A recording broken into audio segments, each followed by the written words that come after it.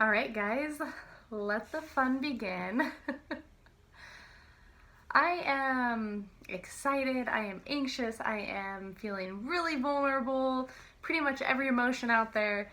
But overall, I'm excited to share this journey with you guys. I'm excited to, bring you on and make you a part of this entire process and, kind of share the raw, the real, the happy, a little bit of everything. I want to kind of start with a background on me getting pregnant with Blake, my medical history without going crazy into detail, and just kind of how this whole infertility thing started. It took us a few years to get pregnant with Blake. I was on triple doses of Clomid, the highest dosage of Femora. We tried all sorts of other stuff, different treatments. And then we were getting ready to do IUI and went in and got the blood work and everything done for it and found out I was pregnant. So, it took years to get pregnant with her, and it was a long infertility journey, but we have her and it's the biggest blessing in our lives. But now we're here again. You hear these stories of people that it took years to get pregnant the first time, and then the second time it was just like that. I'm not gonna lie, I really thought that's what would happen with us. Well, okay, I didn't think, I hoped that was what was gonna happen with us. Unfortunately, we haven't gotten so lucky, but that's all right. I actually, so I have PCOS. I was diagnosed with it as a teenager, and I've never really started a period on my own, which causes me not to ovulate. So every month I have to be, when we're trying to get pregnant, I have to be put on progesterone and then fertility medication to ovulate and so on and so forth. And it's just the process, but that's fine. But after having Blake, I had a few complications, and they actually had nothing to do with having her, but they just happened after I had her.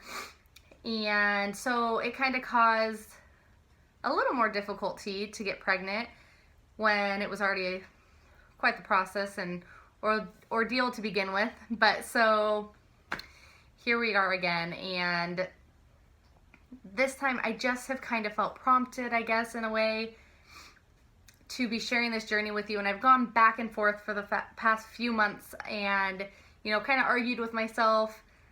But ultimately, I'm here today, and I think it's going to be good. I think it's going to be for the best, and I'm excited to share this journey with you guys and, kind of give you the behind-the-scenes look of infertility.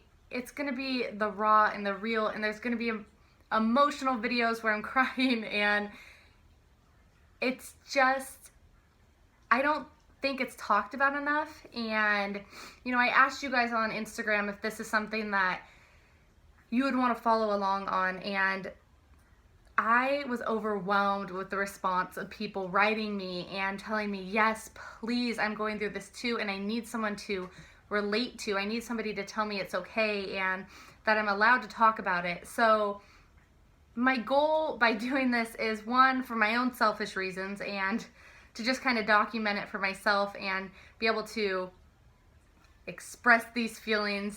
It's therapeutic to me. But two, I want people to be able to relate, and I want it to be something that is talked about, because it's not this secret thing, and it's not this thing that happens, 1 in a million chance. It happens so much more often than I think people realize, and there are so many people around you every single day that are struggling with infertility. So that's my goal with this, and I hope I can, bring some light to it and hopefully end up with some happy results.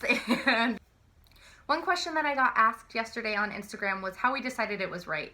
And that's a hard question for me, because we really went back and forth with whether or not we should start trying, pretty much right away after having Blake, because we knew it was gonna be difficult. I ended up having those complications, and I had to take care of those first, which took a few months. But ultimately,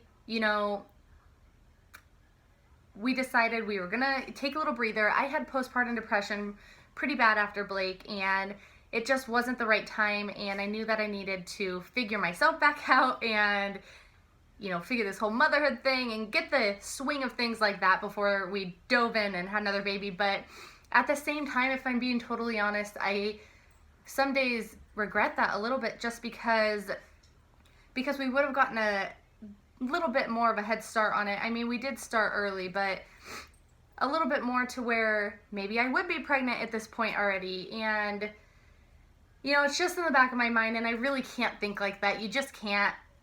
Otherwise, it's going to make the days longer and a whole lot of negativity around all of us. So, I push that out of my mind because it just doesn't matter at this point. But ultimately, a few months before Blake turned 1, I had this prompting, this impression that we needed to be trying and, going down that path to make our family bigger.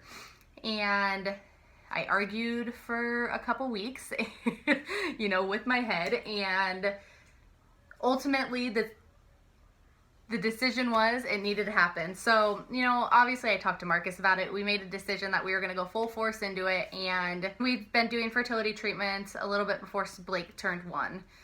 So we've done triple doses of Clomid, several rounds of that. We are on our 3rd round of the highest dosage of Femora, and I start another round tomorrow of it. After talking with my doctor yesterday, we kind of decided we were going to give it another month, maybe 2, and then if that doesn't work, then we were going to schedule things to go meet with a fertility specialist and kind of take the next steps and dive in a little bit deeper. So here I am. I'm going to keep you guys updated on this last round of this. We might do one more after it, but we'll play it by ear. Ultimately, the biggest thing with me, and I think Marcus would agree, which I will try to include him on most of the videos, just today he is at work and I wanted to get this introduction up, but I am crazy when I'm on Clomid, when I'm on Femora. All of those medications make me an insane person. To put it the least, I mean, honestly, my emotions go from here to here in a matter of minutes. I have hot flashes all day. It really, really, really messes with me. And it's hard for me to put myself through that again because I did it for so many years with Blake. And that's selfish, and I shouldn't think like that because it's worth it when I, have this sweet baby in my arms. But it's hard on my body. It's really hard on my body. So ultimately, we've kind of decided that, we'll take this next month, reevaluate things, but then probably meet with a fertility specialist and go from there. And my doctor kind of agreed. So that's where we're at in this journey right now. And I'm excited. I'm terrified. I'm anxious, but I think it's going to be good. I want to keep you guys in this journey though. I want this to, kind of be together. Obviously it's our family's thing, but I want to bring it to light, and I want to kind of give the behind the scenes look of what goes down and how all of this happens. So I will bring you to doctor's appointments with me and tests and medications and kind of, give you that whole look and behind the scenes of it. So this is just kind of my introduction video, just kind of the spiel of the journey we've been on so far, and I will do a video every week and kind of update everyone, and I will try to have Marcus in most of them, and then obviously if the doctors, he'll be with me. But so that is where we're at. I start another round of Femora tomorrow, and we will go from there, see what happens. I will keep you updated. I will try to write my feelings out too, just because it is therapeutic for me.